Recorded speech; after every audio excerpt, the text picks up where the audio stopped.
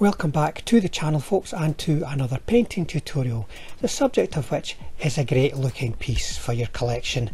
It might be something that you want to have in your armies for gaming purposes, or maybe you just want to have in your collection because it looks really cool, and that is the flak cars. I'm painting the railway wagons and the flak guns with Vallejo paint, and as you can see from here I'm using the airbrush for this. Now if you're going to be using Vallejo to spray through your airbrush, I strongly recommend that you get their dedicated thinner. That's the airbrush thinner, not just the standard paint thinner, and that you mix it in a jar separate from the cup. If you mix it in the cup, there's a chance when the paint comes out of the dropper of one of those little drops being too thick and getting stuck in the nozzle. So I find you get a much more reliable result if you mix it up outside of the cup and then pour the mixture back in. So let's get stuck into the airbrushing, which I'm glad to say for a piece this size is quite straightforward. There's no small panels to do, no tight angles or such likes. It's big chunky bits of resin and a few bits of chunky metal. Now I've previously given this a coat all over of German grey. It's going to be the shade colour, but to a large degree the main colour of the kit as well, because I'm going to lighten up from there. Now by that I mean I'm going to add a lighter grey to the German grey. So I am going to be lighting by degrees. I am not going to use a completely different colour of grey to spray over the top of the German grey. So to help keep a smooth transition, I have added a lighter grey that's still quite dark. It's dark rubber.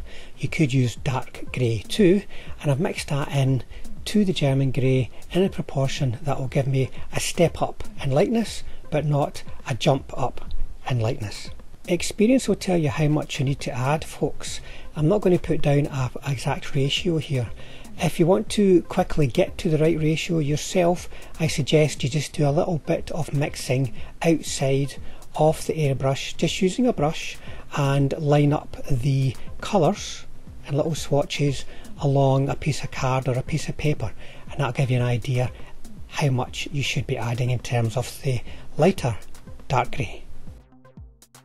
And you can see here how I'm applying it in certain areas, that you can see here, using the lighter colour to help define the shape, where you've got those extended panels that are sticking out the side of the gun platform.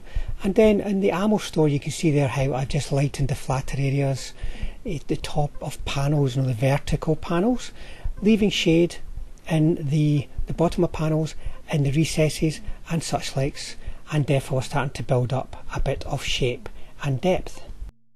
And here's a before and after, so to speak, side by side, to illustrate what I'm aiming at. And we take the same approach with the flak guns, giving them a coat of German grey to start with. That will leave lots of shade in all the little workings of the guns too, folks, which is a great starting point. And then just lightening things up, towards the top of the gun shield, along the top of the barrel and the mounting of the gun too. Now you may prefer a lighter finish to your dark grey. I certainly see lots of light dark greys online, but this is going to be the main colour of the flak beds. I'm going to apply a highlight, as you'll see next, but that highlight is just to help bring everything into focus. I'm not going to be significantly brightening the finished look at all. So I'm going to take that mix of German grey and dark rubber and then add some London grey to that. One thing to watch out for when adding the highlight is the overall balance of the modulated colours that you have applied. If you've left too much of the shade colour, it's going to really stand out once you've added the highlight. Remember folks, the mix of German grey and dark rubber is the main colour. That should dominate what we're seeing once the highlight is sprayed on. And hopefully you can see what I mean by highlights here, folks. I am just hitting the edges with a nice relatively bright colour to define the shape. I'm not using that highlight as like a layer of paint as such, and this is where I see most German grey and certain other camos, but certainly German grey, getting too bright, where you use the highlight colour as a dominant coat. The highlight colour should be applied in a way that will give you shape, focus and depth. Now, German grey is one of my favourite camel colours, folks. Don't know what it is about it, I just really like it, and I'm looking forward to early war coming along, and I've got some ideas how to make it more interesting and richer, so stay tuned to the channel when early war comes along for some further German grey work. Once the airbrushing is complete, I will give the whole kit a coat of gloss varnish. Not too heavy, because remember, varnish is a filter, folks. It will darken things down, and we don't want that to any great degree here. It's partly unavoidable, but we're going to keep it under control by keeping that coat light. Having a light coat will also help us get a bit more control at the next stage, which is going to be pin washing. A heavy coat of gloss varnish is too smooth and things can run out of control. Now, the pin wash I'm doing here, I'm applying using MIG Ammo Acrylic Wash. It acts very much in the way of an enamel wash does, in that it's got very good flow properties, good capillary action, so it'll flow along recesses and around details, and it takes a bit of time to dry, so you have time to rework it, to remove any excess. Using a damp brush, you just brush it away, but it doesn't have the drying issues and the drying time, and potentially as well the smell issues that you would get with the enamel products, so it's very much my wash of choice. Pin washing does require patience. There's no point in pin washing if you're just going to slap the wash all over the kit. That's just a surface wash. So pin washing, you will have to be controlled, think about what you're doing, and not get carried away, fatigued and under time pressure and rushing it. I use a long, thin synthetic brush to allow me to work along the panel lines. And I've got a little bit out of shot here, folks, unfortunately, because this piece is actually quite huge, but you can see how I can just draw the paint where I want it and it stays there and it flows along panel lines and around details. Works really well, folks, and if you can master it, you'll even find you don't have to do too much tidying up. But tidying up is easy. A damp brush, not a wet brush, a damp brush will just draw the excess off any flat areas. So if you've not tried pin washing before, folks, and it's daunts you a little, get this MIG Ammo Acrylic Wash. I'm in no way affiliated to them. I just strongly recommend it to my fellow gamers and modelers as something which is going to be a nice easy way into what could be a new and useful technique for you. The acrylic wash will be touch dry very quickly. Obviously depends how much you put on, and it will still be workable for a time, but you should be able to quickly move on to the highlighting process. Now, the highlighting here is going to involve like little spot areas such as bolts, rivets, all those kind of things, and the edges. When I'm highlighting the edges, I'm not painting a solid line. I'm painting a broken line. You can see I'm sort of bouncing the brush along the edge. A broken line is softer, but it does the work of a solid line. Now, I would normally use this as a starting point for chipping as well, but I'm not going to do any chipping on this kit because it's not something which is really going to have suffered a great deal of wear and tear in terms of bullets flying everywhere or shrapnel or being brushed up against trees or such likes. It's just sitting on a siding somewhere. If we take as much care with the highlighting as we did with the pin wash, we're really going to make all the details pop. We're going to add that extra layer of contrast and depth. I should point out that I tend to use brushes that are a bit worn when it comes to the edge highlighting because it's quite a punishing process. So one of my more used brushes, but it's still got a good edge to it, as in I can use the flat of the brush against the edge of the detail, then I will use that and move on to a brush with a good point for the more particular bits of detail, internal detail you might say, as opposed to edges. Now, I'm not going to be edge highlighting every individual plank of wood on the surface of the flatbeds. You could do that, it'd take a bit of time, but I personally think that there's no benefit because we're going to be doing further weathering there, and also if you look at how many planks there are, consider how many edges are going to be visible, it's going to be too much. It's going to just really dominate the whole thing and look too busy. As I mentioned, I don't want to do any chipping as such, but these large flat blocky areas, I am going to have to break them up a bit, so you can see me just doing some random blotches around there.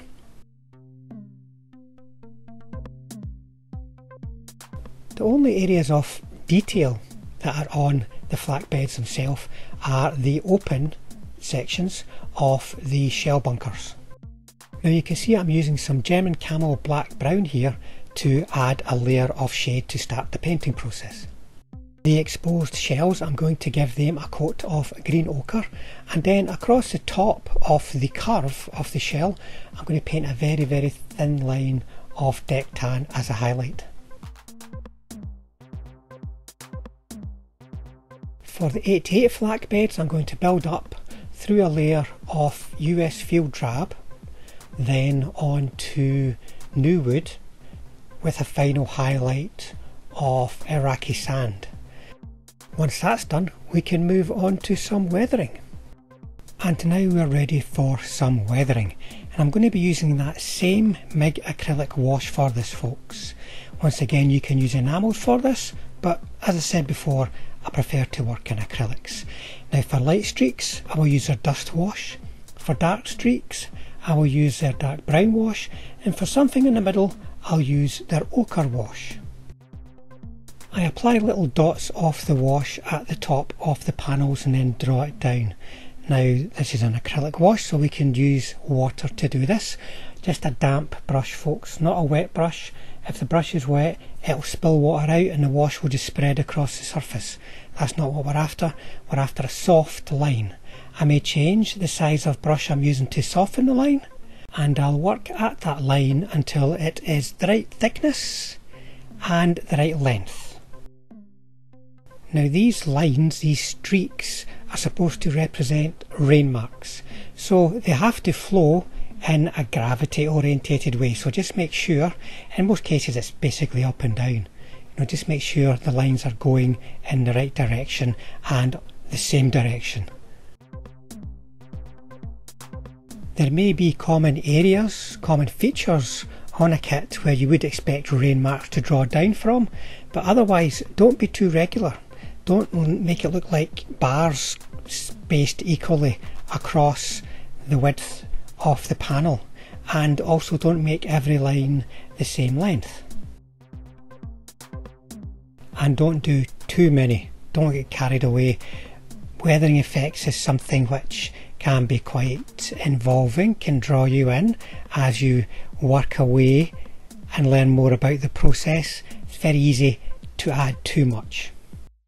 And for the large flat surfaces of the ammunition bunkers, I'm just going to soften them down by, as you can see, putting a few dots of the light wash on it and then just stippling it, softening it down, breaking up the surface and making it look a bit varied, and that'll work with the earlier spots of highlight that we put in there too. Another great looking technique you can apply here, folks, to create the chipped decking that you're going to get here from the crew working around the gun is a bit of sponge chipping, at least to start with. You need to ensure that your paint is quite thin and you do not overload the sponge. It's best to take the sponge before you apply it to the surface and dab it on something else first to remove any excess. And we want to build up this pattern of wear slowly. We're not going to try and do it all in one go, so be patient. The colour I'm using here is old wood. It's a good colour to show sort of dirty, exposed wood that has been trodden on and weathered down. Here you can see it coming together, folks. The marks of the crew walking around the guns and walking to and from the ammunition stores. Now it's back to the brush, and I'm just going to work the planks a little bit more. You can see in some places I'm making some planks really stand out, and that just helps bring a bit of shape to our random blotches. basically bringing a bit of order to the chaos and a bit more definition that might be hard to achieve with the sponge alone. Now for a quick word on the crew. Now the crew that come with the kit are metal. They're the classical metal sculpts you would get for the 88 crew. They've got metal bases. Now the bases themselves are not going to look attractive if they are just stuck on top of our nicely painted wooden deck, so we're going to have to trim them down, and to attach them securely to the wooden deck we're going to have to pin them. So I tackle both issues in the same process by cutting off the base and choosing the one foot to leave a tiny little tab of metal sticking out. That is effectively your pin. It means you don't have to drill the figure out, and it's a much more solid pinning than it would be to insert a metal pin into the figure itself. You don't have to glue anything in place. You're ready to put it into the drilled hole on the deck. You may find the feet get splayed apart as you're cutting off the base, so you might have to push them back together so you've got a nice even stance, and you've got to be careful when you're on the foot that you have chosen to have the pin, and just snip away at it carefully and then start to work it with a knife carefully once again, because you've got fingers in there folks, just to pare it away until you've got a little peg left. Hopefully you can see that there on screen, and there I'm just working away at the feet, working away at the pin, cutting, snipping, filing to do a few final adjustments. So work out where you want the figure to be, and then you can start drilling. Very careful here folks, this is resin, so it's easy to drill, but you don't want to crack the resin at all, so just take your time. Clear off any dust that accumulates on the figure. Now you could do this before you've painted anything, that probably makes sense, then you don't have to worry about dust, but just get it cleaned off and then try your figure out. Is the peg the right shape? If not, we can work it again with a knife or a file, or you could do a bit more drilling, but it's easier just to get the peg at the right size so it's going to fit the hole, the standard size hole that we've drilled. Once these are super glued in place folks, it's a very strong bond. I sent this through the post for instance to a customer, and everything was exactly as you've seen it here by the time it reached them. But a word about these kits, there's a lot on the open decks, the guns, the crew, and you've got the metal side panels you can see standing out beside the gun mounts.